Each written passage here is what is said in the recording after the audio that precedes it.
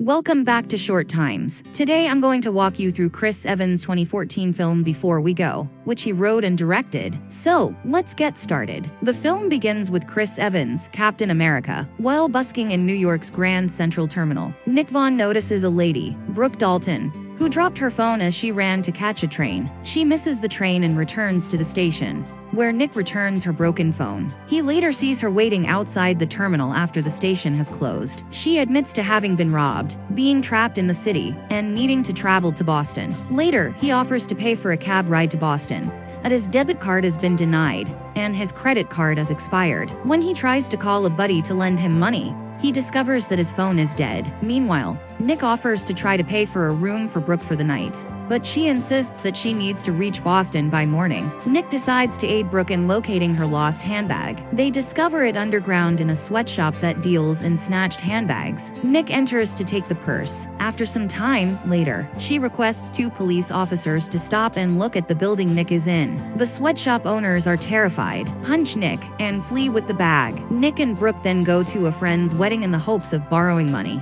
Along the way, Nick and Brooke share more about their trip to New York. Brooke had just sold a picture and planned on surprising her husband by returning home early. Nick explains that he came to the band audition and his friend's wedding, where he intends to meet his ex-girlfriend in an attempt to get her back, whom he hasn't seen in the last 6 years, after the breakup. Later, instead of ending up at his friend's wedding, they end up at a gathering where they are mistaken for band members. They intended to perform in order to raise money for her travel. Brooke and Nick performed My Funny Valentine. When the real band arrived, they fled the party right away. After that, her last bus journey to Boston also fails due to a lack of money. At the same time, Brooke borrows a man's phone and phones a friend, pleading with her to recover a note she has left for her husband that she does not want him to read. Afterwards, she is overjoyed that her difficulty has been solved. Somehow, they gradually located the reception area for Nick's friend. Later, Brooke makes the offer to pretend to be Nick's girlfriend in front of Hannah during Nick's friend's wedding. During the reception, Nick finds Hannah,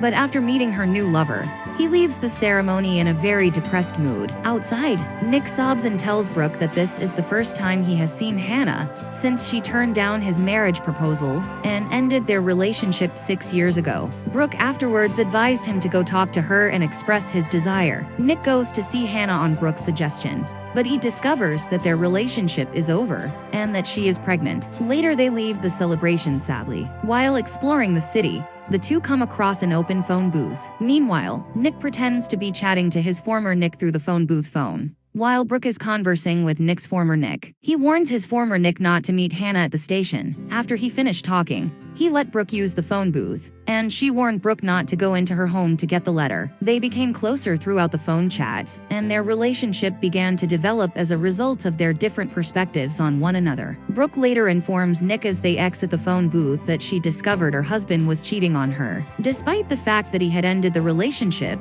she discovered that he would be seeing his mistress again. Devastated, she ended the marriage in a letter and relocated to New York for employment. During her trip, however, she received a phone call from her husband informing her that he was returning home early, and he said that he had ended his relationship with his mistress for good. Later in a restaurant, Nick assures Brooke that her husband will understand why she wrote him the letter, and that if he doesn't, that's the end of it. Meanwhile, Brooke, frightened about her marriage's future, sneaks out the back door and seeks to grab a cab to the airport in order to travel to her mother's house in Indiana. Nick was upset that she also attempted to abandon him, and they argue about their relationships. Following that, they go to Nick's friend's hotel room. Together, they relaxed from the night's adventures. They then exchange kisses, write on the backs of paintings in the room, and discuss their night. Following morning, they return to the train station where they are ready to part ways. They eventually fall in love with one another, but are unsure how to express their feelings. Meanwhile, Nick found a phone booth, and Nick takes a phone,